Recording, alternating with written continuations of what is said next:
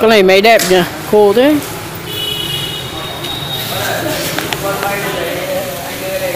Đang chỉnh ra điều hòa Quân. Máy lên để không thẳng lên đây luôn.